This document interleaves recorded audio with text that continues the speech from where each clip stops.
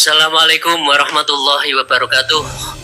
Selamat pagi dan salam sejahtera buat kita semua, khususnya keluarga besar insan pers yang saya cintai, yang saya hormati, dan juga kepada seluruh masyarakat Indonesia yang saya hormati.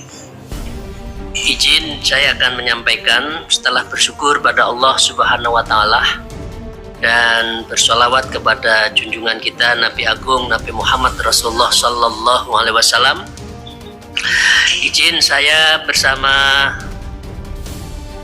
Kiai Haji Ahmad Khalwani Nawawi sebelah kiri saya yang saya hormati, dan saya sendiri Profesor Ali Maskur Musa. Setelah kita semua menyelenggarakan Kongres ke-13 Jamaah Jam'iyah Ahli Thariqah Al-Mutabaroh An-Nahdiyah atau biasa dikenal dengan Jatman, yang menyelenggarakan Kongres ke-13 bertempat di Asrama Haji Donohudan, Boyolali, tanggal 21-22 Desember, artinya kemarin, Sabtu dan Ahad. Pertama yang ingin kami sampaikan, tentu hasil itu kita laporkan kepada pengurus besar Nahdlatul Ulama, yang kita baru saja melaporkan kepada Ketua Umum Kiai Haji Yahya Khalil Stakuf terhadap semua prinsip-prinsip dan hasil-hasil yang disepakati di dalam Kongres ke-13.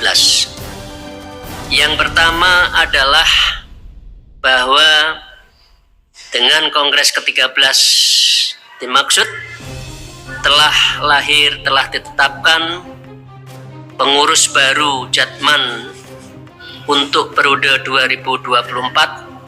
2024-2029 dengan Rois Ali adalah Kiai Haji Ahmad Khalwani Nawawi, dan saya terpilih dan ditetapkan sebagai Mudir Ali Jatman untuk periode 2024-2029. Artinya kepengurusan ini sah dan menjadi bagian dari kontinuitas organisasi. Maka dengan demikian Jatman Idaroh Aliyah di bawah kepemimpinan Kiai Ahmad Khalwani Nawawi dan saya sebagai mudir amnya untuk 2024-2029. Yang pertama. Yang kedua, keputusan yang perlu disampaikan pada publik adalah Jatman mempunyai kedudukan sebagai badan hukum, badan otonom dari pengurus besar Nahdlatul Ulama, sehingga tupoksinya adalah menindaklanjuti, membreakdown dari kebijakan-kebijakan pengurus besar Nahdlatul Ulama, khususnya dalam hal pengamal Thariqah Al-Mutabaroh An-Nahdiyah di Indonesia, dan ini mempunyai kekuatan ruhaniyah yang sangat kuat, menjunjung, menjadi paku buminya dari spiritualitas Indonesia, tidak hanya oleh dan untuk NU, tetapi untuk bangsa dan negara Indonesia memerlukan spiritualitas yang tinggi, paku bumi istilah saya, dan itu dijalankan oleh Jatman. Yang ketiga, para pers yang saya cintai, yang saya banggakan, tadi kita mendapat arahan dan memang hari-hari ini kita akan menyusun kepengurusan secara lengkap. Intinya semua pengurus dari semua tingkatan yang berkenan untuk membangun, mengabdikan dirinya pada Jatman akan kita rangkul semuanya, termasuk pengurus dari Idarah Aliyah di bawah kepemimpinan Habib Lutfi bin Yahya. Semua akan kita ajak untuk bersama dan menjadi pengurus dari Jatman periode 2024-2029. Jika Allah mengendaki, insya Allah pengurus Jatman 2024-2029 akan diselenggarakan pelantikan yang akan dilaksanakan insya Allah tanggal 8 Januari 2025. Hari-hari ini kita sedang menyusun, moga-moga segera tuntas. Insya Allah tanggal 8 kita akan menyelenggarakan pelantikan yang akan melibatkan seluruh Idarah Wusta, insya Allah Idarah Subyah, dan juga para sufi internasional. Kita mohonkan untuk bisa hadir di dalam pelantikan dimaksud.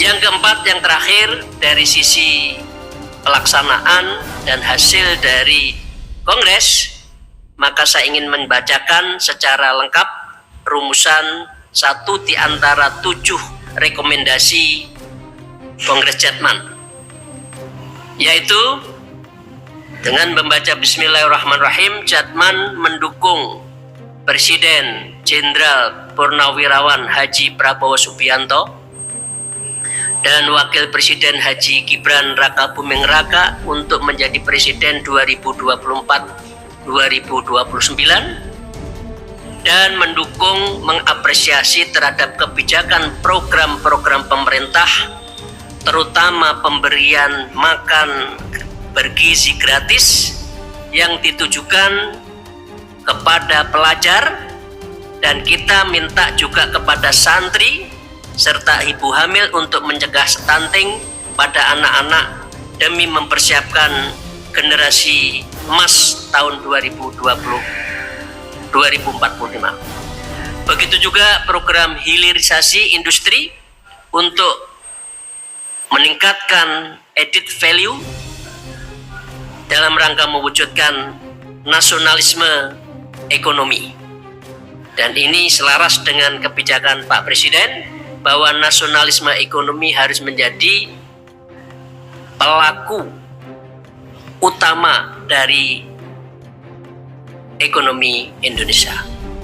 4 hal itu yang kami dari kira-kira eksekutifnya, kalau mutir itu eksekutif ya, menyampaikan beberapa prinsip dan hasil dari Kongres ke-13 Jatman di Dono Hudan. Selanjutnya mohon kiranya Rais Ali Kiai Haji Ahmad Khalwani Nawawi untuk bisa memberikan guidance menyangkut hal-hal yang prinsip ketorekohan kepada khalayak, kepada masyarakat luas. Dengan segala hormat dipersilahkan.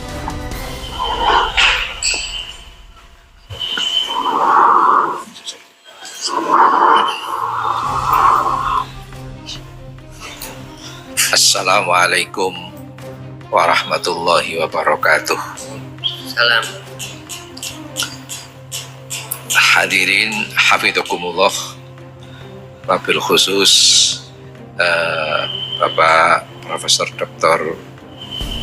Ali Maskur Musa sebagai Mudir Ali Jatman hasil Kongres di Danutan kemarin.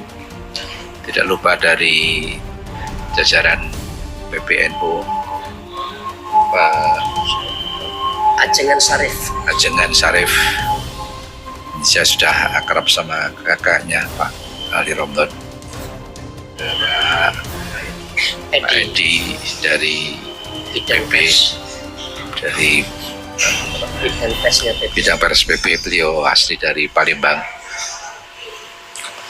Dan kepada para wartawan, saya sebagai orang yang dituakan di hasil kongres kemarin, saya hanya ingin menyampaikan,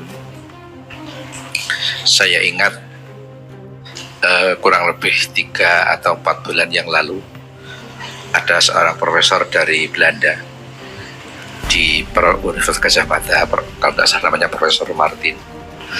Beliau mengatakan dulu Belanda itu yang paling ditakuti adalah dari santri Torekoh.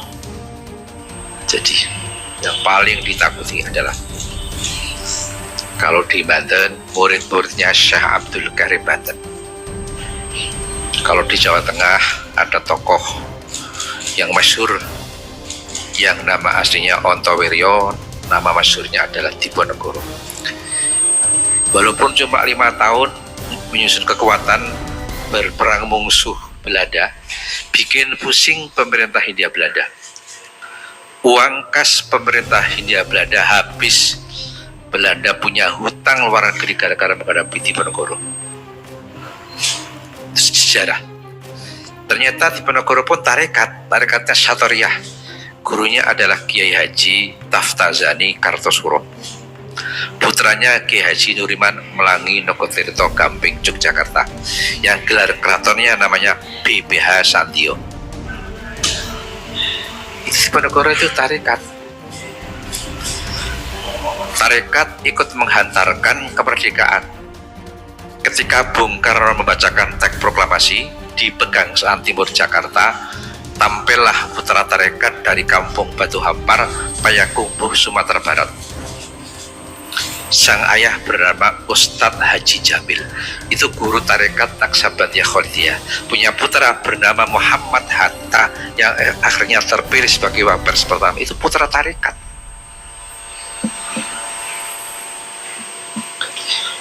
Lebih-lebih kalau warga NU, kita lihat sejarahnya Mbah Hashim Asy'ari itu ketika mondok di Mekah menjadi katibnya Syekh Mahfud Termas, beliau juga talqin bi'at Tarekat Qadiriyah kepada Ki Haji Mahfud bin Abdullah bin Abdul Manan di Ponorogo, Termas, Pacitan, Jawa Timur. Maka saya mengajak pada warga NU dan semuanya kalau bisa ikuti Mbah Hashim masuk tarekat. Cucunya Mbah Hashim, Gus Dur juga tarekat. Tahun 83 menjelang terpilihnya sebagai Ketua Umum PBNU, Gus Dur itu talqin bi'at Tarekat Qadiriyah Naksabandia kepada Kiai Haji Sun Haji Jimbun Ngiwang Retno Seruweng, Kebumen, Jawa Tengah. Gus Dur juga tarekat. Maka tarekat ini adalah bentuk tazkiyah, membersihkan diri. Maaf, ilmu kalau nggak pakai tazkiyah cuma masuk di otak, nggak masuk ke hati. Ya pinter, tapi cuma bikin ngotak ke teman saja. Maka dengan adanya tarekat ini tazkiyah, supaya ilmu masuk ke hati, nggak cuma singgah di otak saja. Itu tazkiyah tarekat. Barangkali itu saja yang perlu saya sampaikan. Ya, saya mengajak seluruh mursyid dari berbagai tarekat untuk bisa bergabung ke Jatman ini, hasil kongres kemarin di Donohudan Solo. Sekian, mohon maaf atas segala kesalahan dan kekurangannya. Wallahul muwaffiq ila aqwamit thoriq. Assalamualaikum warahmatullahi wabarakatuh. Saudara-saudaraku yang saya cintai, saya banggakan, itu tadi konferensi pers yang dilakukan oleh pengurus Jatman terpilih yang baru, yakni Romo Kiai Haji Khalwani Nawawi, yang terpilih sebagai Rais Ali atau Ketua Umum lah gampangannya begitu, pengurus pusat Jatman yang baru, dan Profesor Ali Maskur Musa sebagai Ketua pelaksananya yang baru. Hasil Kongres Jatman ke-13 di Asrama Haji Donohudan Boyolali kemarin. Yang pertama yang menarik ini mungkin perlu kita sedikit ulas ya. Apa yang tadi disampaikan oleh Pak Kiai Ali Maskur Musa tentang buildingnya jajaran Jatman yang baru ini untuk mendukung program pemerintah, programnya Presiden Prabowo Subianto dan Wakil Presiden Gibran Rakabuming Raka di dalam program pemberian makanan bergizi gratis bagi anak-anak sekolah. Kemudian juga program hilirisasi. Ya, intinya programnya pemerintahnya Pak Prabowo juga mendapatkan support yang tegas dari jajaran pengurus Jatman yang baru di bawah kepemimpinan Romo Kiai Haji Halwani dan Kiai Ali Maskur Musa. Kemudian yang kedua, apa yang tadi disampaikan oleh Romo Kiai Halwani terkait dengan bagaimana beliau menggambarkan para mursyid, para guru thariqah itu adalah yang berani melawan penjajah Belanda dulu, dari mulai era Pangeran Diponegoro sampai kemerdekaan. Yang kedua, Pak Halwani menyampaikan juga tentang pentingnya kita bertarikat, berthariqah. Nah, ada yang menarik, mengapa Pak Romo Kiai Halwani ini menyampaikan tentang keberanian para punggawa-punggara, para kiai, para guru mursyid thariqah di dalam melawan penjajah. Ini penting digarisbawahi. Tentu implementasinya, konteksnya hari ini adalah para pengamal tarekat dari mulai guru mursyid hingga kepada para murid-muridnya. Mestinya adalah juga orang-orang yang berani di dalam memperjuangkan eksistensi bangsa dan negara. Mestinya juga adalah pihak-pihak yang paling di depan di dalam melawan segala macam ketimpangan, kezaliman, termasuk pembelokan-pembelokan sejarah, musuh-musuh bangsa, sampah-sampah bangsa yang hari ini bertebaran di negara ini. Jadi kalau kemudian para guru mursyid tarekat, para murid tarekat, para pengamal tarekat melempem, tidak punya respek, tidak punya perhatian atas berbagai macam polemik bangsa, atas banyaknya kezaliman yang muncul di negara ini, baik yang ditimbulkan oleh pihak-pihak dari dalam negeri sendiri, ataupun apalagi yang ditimbulkan oleh orang-orang dari keturunan bangsa asing, atau yang ditimbulkan oleh bangsa asing. Maka sesungguhnya sikap-sikap yang apatis yang itu tidaklah mewarisi sikap-sikap ketegasan dan keberanian yang dulu dicontohkan oleh para guru besar, para ahli thariqah, para guru mursyid pada era penjajahan. Menurut saya ini perlu digarisbawahi seperti itu. Ya, saya kira Romo Halwani menegaskan itu agar kita mengambil iktibar, kita menerjemahkan.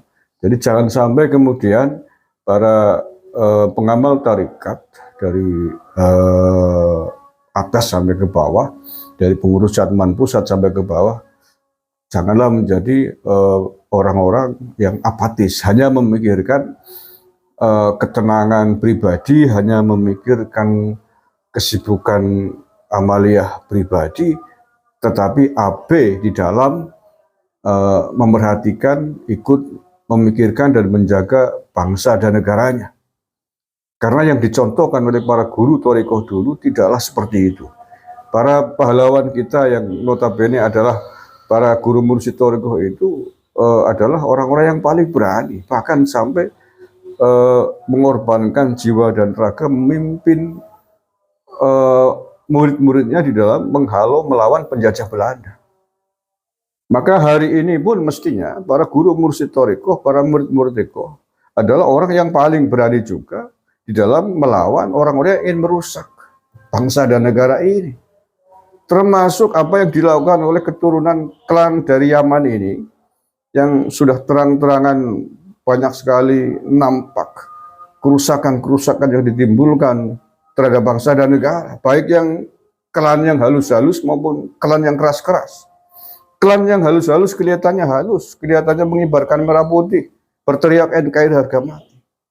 Tapi ternyata melakukan pembelokan sejarah, pemotongan sejarah, pemalsuan makam. Ini membahayakan eksistensi bangsa dan negara di masa yang akan datang.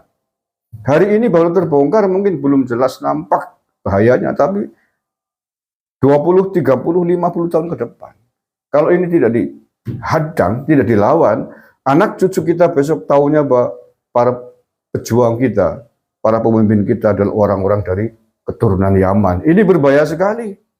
akan menghilangkan kepercayaan diri mereka di dalam membangun bangsa dan negara karena tidak merasa memiliki, tidak tahu bahwa para pejuang bangsa dan negara ini adalah nenek moyang mereka. Tahunya itu adalah nenek moyangnya orang Yaman, kan berbahaya. Nantinya akan disetir oleh orang-orang keturunan Yaman. Ini penjajahan spiritual terselubung yang harus kita lawan. Dan sebagai para guru besar mursyid Thariqah, sebagai anak-anak didik murid-murid Thariqah adalah orang-orang yang harus di depan di dalam melawan ini. Karena guru besar kita dulu adalah yang paling di depan di dalam melawan penjajah bangsa ini. Jangan hanya diam saja. Kalau murid-murid Thariqah diam, bahkan justru membelanin antek-antek penjajah dulu yang bekerja sama dengan penjajah, menurut saya kualat dengan para guru mursyid Thariqah. Iya, saya sampaikan ini. Kalau ada sekarang para pengamal Thariqah, murid-murid Thariqah justru membela, membentengi, bersekutu dengan keturunan Yaman, dengan keturunan orang-orang yang dulu bekerja sama dengan Belanda, kalian yang akan kualat dengan guru-guru besar kita dulu. Kalian yang akan kualat dengan Syekh Abdul Karim Banten yang muridnya dibanting banyak oleh Belanda demi bangsa dan negaranya karena melawan fatwa haram, fatwa yang dibikin oleh Utsman bin Yahya yang katanya haram melawan penjajah Belanda. Dan sekarang masih dipuja-puja nih oleh anak turunannya sampai hari ini, katanya pahlawan dulu itu. Ini nggak boleh terjadi. Sekali lagi semangat yang disampaikan oleh Romo Halwani menurut saya adalah seperti itu tafsirnya. Kita harus mewarisi semangat perjuangan keberanian para guru-guru mursyid Thariqah kita dulu di dalam menjaga bangsa dan negaranya yang harus paling di depan. Pangeran Diponegoro telah mencontohkan itu dengan baik, dengan luar biasa mengorbankan ratusan ribu jiwa para pengikutnya demi melawan Belanda dengan tagline perang sabil, perang jihad melawan penjajah. Bagaimana mungkin perang mengorbankan banyak sekali nyawa, ini dikatakan sebagai perang pemberontakan, perang zalim, perang yang tidak berdasar, yang tidak dibenarkan oleh Utsman bin Yahya itu, nggak bisa dong.